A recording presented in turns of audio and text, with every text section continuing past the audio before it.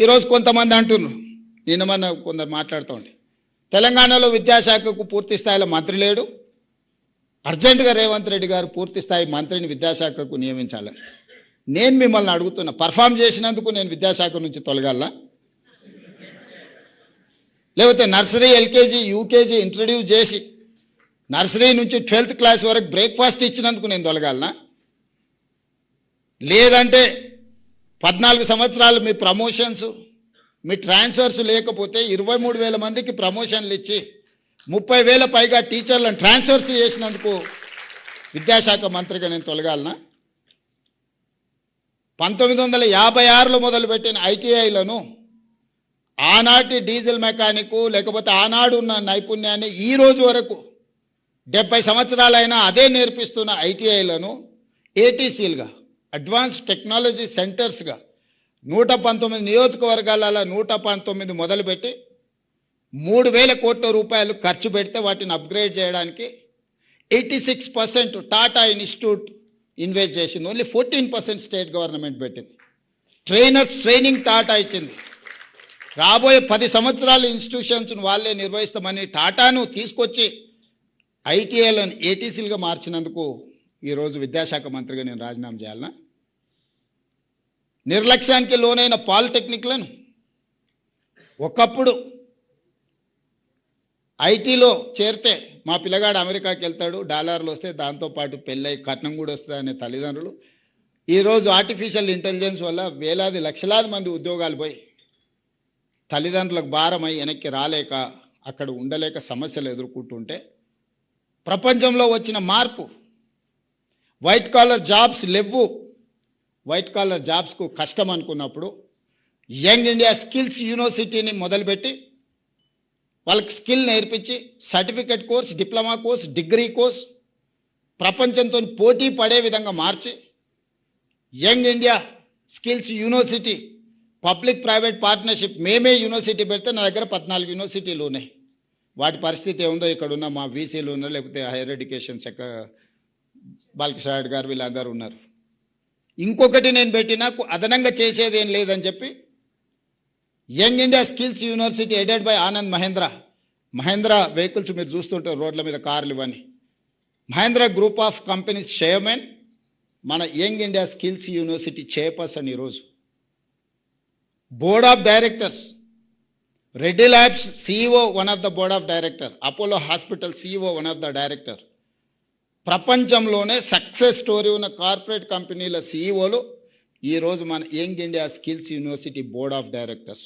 They have to decide curriculum, they have to take student, they have to give training, they have to give job also. ఈరోజు మన Young India skills యూనివర్సిటీలో 2 months back vice chancellor గారు announce చేసిండ్రు, 1000 మందికి training ఇస్తే 1000 మందికి ఉద్యోగం వచ్చింది. బోధ్ ఆదిలాబాదులో ఏటీసీలో ట్రైనింగ్ పోయిన అందరికీ టాటా కంపెనీలోనే ఉద్యోగం వచ్చింది.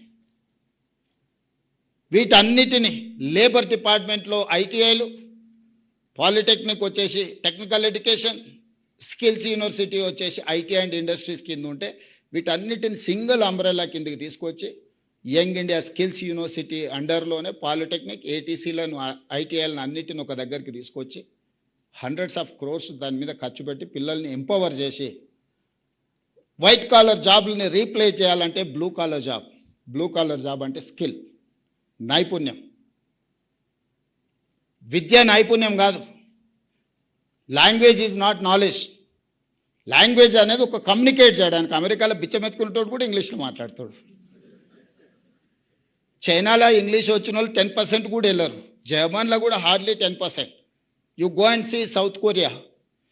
మరి చైనా, జర్మన్, సౌత్ కొరియా ప్రపంచాన్ని ఎట్లా శాసిస్తుంది ఇంగ్లీష్ రాకపోతే? ప్రపంచాన్ని ఈరోజు ఒకవేళ చైనా గిన ఉన్న పలంగా నా అప్పు నాకు గట్టని అమెరికాని అడిగితే వాడు డబ్బులు కట్టలేక ఆ దేశాన్ని వాడికి ఇవ్వాల్సిన పరిస్థితి. అమెరికా క్యాష్ రిచ్ కాదు, చైనా ఇస్ క్యాష్ రిచ్. చైనాకున్న అప్పు అమెరికా కట్టాలంటే వాడి దగ్గర డబ్బులు లేకపోతే వాడి దేశాన్ని తీసి వాడికి అప్పచెప్పాలి. ఊర్లలో అప్పుడప్పుడు మనం భూమి ఇల్లు పెట్టి అప్పు తెచ్చుకుంటే కట్టలేక ఇల్లు భూమి వానికి అప్పులోనికి ఇస్తాం కదా పటానికి. అట్లా అమెరికా దేశాన్ని చైనాకి ఇవ్వాల్సిన పరిస్థితి. అందుకే ఎవరు ఏది మాట్లాడినా, ఎవరు ఏం చెప్పినా 25 సంవత్సరాలు మనం అమెరికా వైపు చూసినాం, చాలా నేర్చుకున్నాం, చాలా సంపాదించినాం, చాలా గుర్తింపు వచ్చింది. ఇక అమెరికా అనేది మనకు అంత గొప్ప అవకాశాలు ఇచ్చే దేశం కాదు. ఇప్పుడు మనం ఫోకస్ షిఫ్ట్ చేయాల్సిన జర్మనీ మీద, జపాన్ మీద, సౌత్ కొరియా మీద, సింగపూర్ మీద, చైనా మీద. ఈరోజు కోట్లాది ఉద్యోగాలు, ఉపాధి అవకాశాలు ఆ దేశాలలో ఉన్నాయి. మనం జర్మనీ నేర్చుకోలే, జపనీస్ లాంగ్వేజ్ నేర్చుకోలే, కొరియన్ లాంగ్వేజ్ నేర్చుకోలేదు. ఈ లాంగ్వేజ్ కొంచెం కొంచెం వచ్చినా మనకు సాంకేతిక నైపుణ్యం ఉంటే లక్షలాది రూపాయల జీతం ఇచ్చి మనల్ని ఈరోజు ఉద్యోగం ఇవ్వడానికి ఆ దేశాలు మన కోసం ఎదురు చూస్తున్నాయి. అందుకే ఈరోజు నర్సరీ నుంచి 12th వరకు ఎడ్యుకేషన్లో లాంగ్వేజ్ ఉండొచ్చు, నాలెడ్జ్ ఉండొచ్చు. కేశవరావు గారి క్లాస్ రూమ్లో నిర్బంధ విద్య కాదు, వాడికి అవగాహన, వాడికి తెలివి, వానికి విషయ పరిజ్ఞానం ఉండాలని.